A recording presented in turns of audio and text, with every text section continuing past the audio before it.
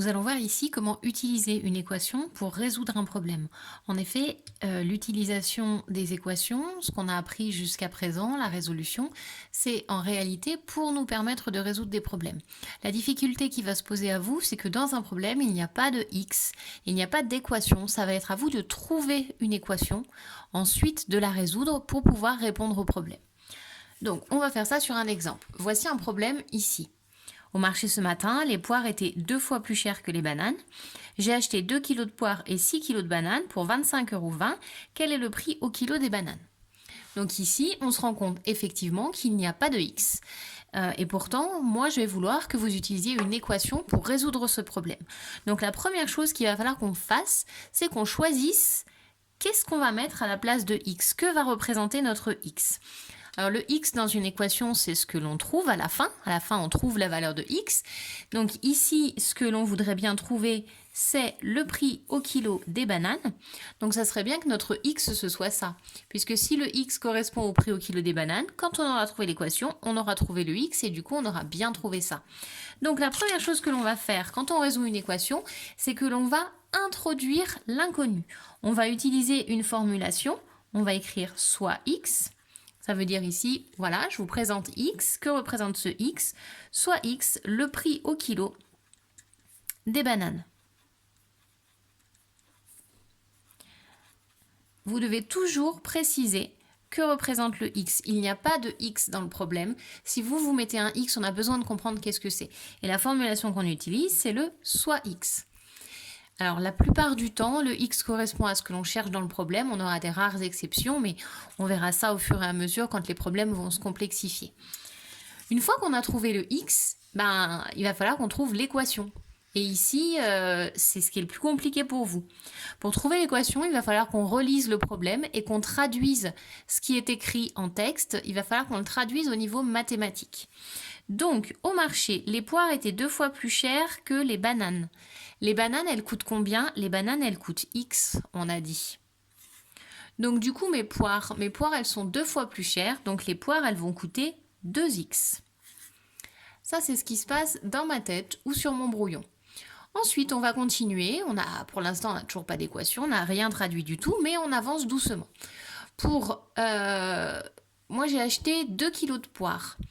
Si j'achète 2 kg de poires, je vais donc payer 2 fois le prix des poires. Donc ici, on va payer pour les poires. Pour les poires, on va payer 2 fois le prix des poires. Et le prix des poires, c'est 2x. Donc ça, c'est ce qu'on paye pour les poires. Ensuite, pour les bananes. Pour les bananes, on a... Hop, j'écris, pardon. Pour les bananes, on a 6 kg de bananes. Donc on va payer 6 fois le prix de 1 kg de bananes. Donc 6x. Donc, au final, qu'est-ce que je vais payer moi au marché? Je vais payer le prix des poires. Donc ici, j'ai 4x. Le prix des bananes, c'est-à-dire 6x. Donc au total, combien je vais payer? Ça plus ça.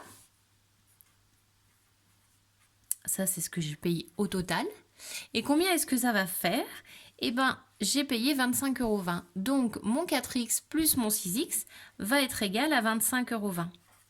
Ici, on a une équation. On a une très belle équation qu'on n'aura plus qu'à résoudre.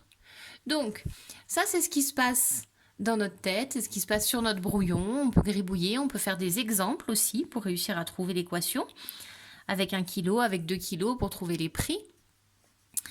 Et puis, maintenant, on va devoir l'écrire au propre.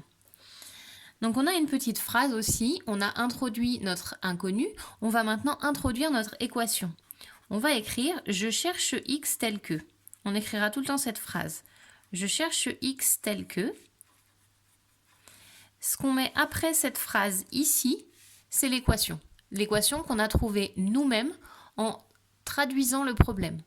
Donc, notre problème, il nous disait que si j'achète 2 kg de poires, donc 2 fois 2x, puisque les poires, elles coûtent 2 fois plus que les bananes, que je rajoute 6 kg de bananes, c'est-à-dire 6 fois le prix d'1 kg de bananes, eh bien, je vais payer au total 25,20 €. Ça, c'est mon équation. on introduit l'équation avec je cherche x tel que.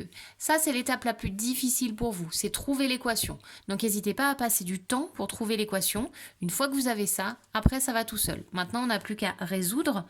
Donc, 2 fois 2x, ça fait 4x, plus 6x est égal à 25,20.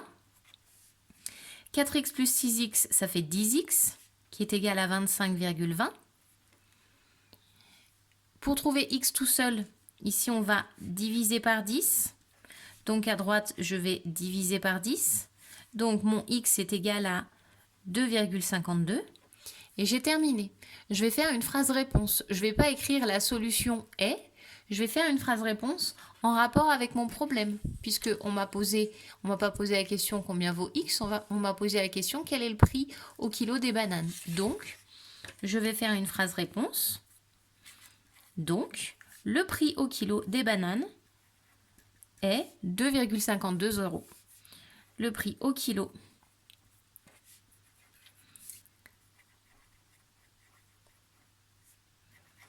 des bananes est 2,52 €. Et là, on a terminé. Donc, dans la résolution d'un problème, nous avons 4 étapes.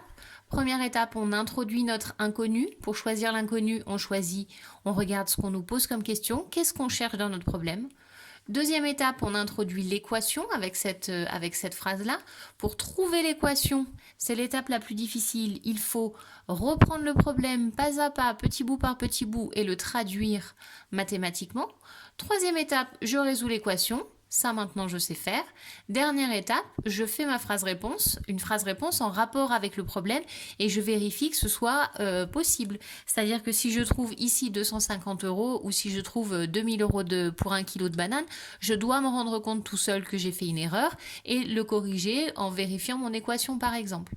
Donc, on fait notre phrase réponse en vérifiant sa plausibilité. Allez, bon courage à vous!